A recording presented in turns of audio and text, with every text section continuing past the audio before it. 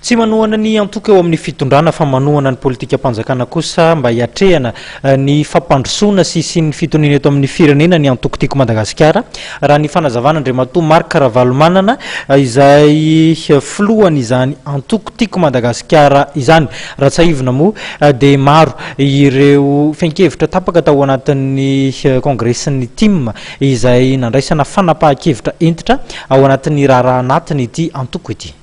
Miara-miasa amin'ny fitondram-panjakana ny tiako Madagasikara mba isian'ny fahatoniana eto amin'ny firenena raha ny fanamariana ny filohan'ny antoko TIM Marc Ravalomanana.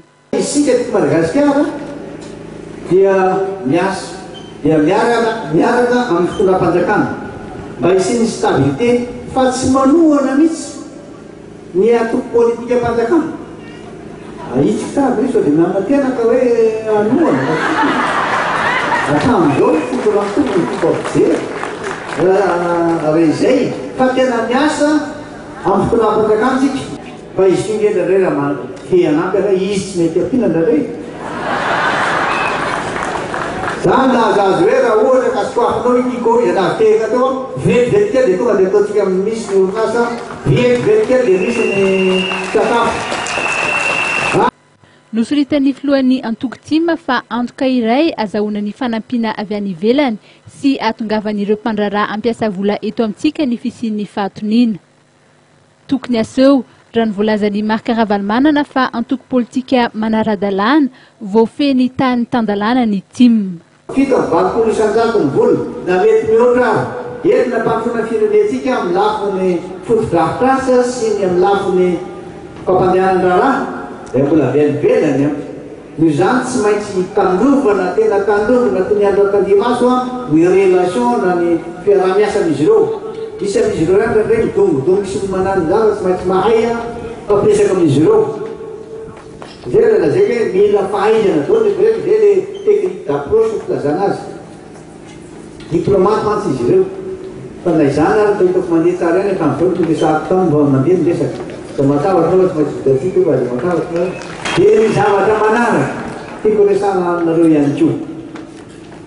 Manomboka izao aoka tena ho alavirina mihitsy hoe aminareo ny korotana sy ny fiantsina.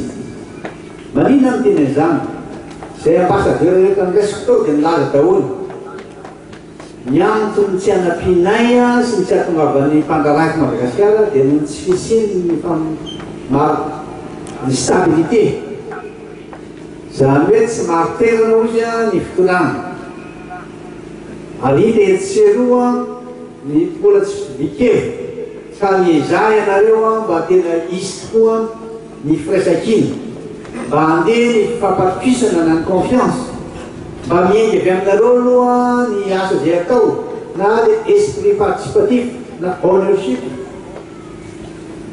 na mba hanananareo koa izay fandraisana antsika voalohany izay dia manaraka misy amin'izay ny stabilité na ny famarita-toeran'ny fitondrana dia ho avy amin'izay ny fampanantenana izay atao amin'ny vahoaka hoe tena mpandroso amin'izay tsika. Namtanina ny filohan'ny antoko TIM ny tsy nahitana an'Andriamatoa Mamy Rakotoarivelo nandritry ny kongresy. Misy antoko manokana zany tsy izy ireny ange fa madama Olga Koulatsao e. Raha ohatra izy midongy anazy zany fa raha ohatra izy tsy fantatro. Raha mahatsiaty ny politika izy ihany mahatsapa an'izay fa tsy zany. Satria tsy mety hetra nidika avy any nampiditra. Raha nitodika tamin'ireo kandida ho ben'ny tanàna ny tenany dia nanambara fa ilaina ny fitandremana satria mbola misy ny tsy fitovia-kevitra. Nasiany teny ohatra ny bilita tokana izay tsy misy sary sy anarana. Na dia izany aza, miroso ny TIM ary ianao izay ampandresy ireo kandidan'ny antoko.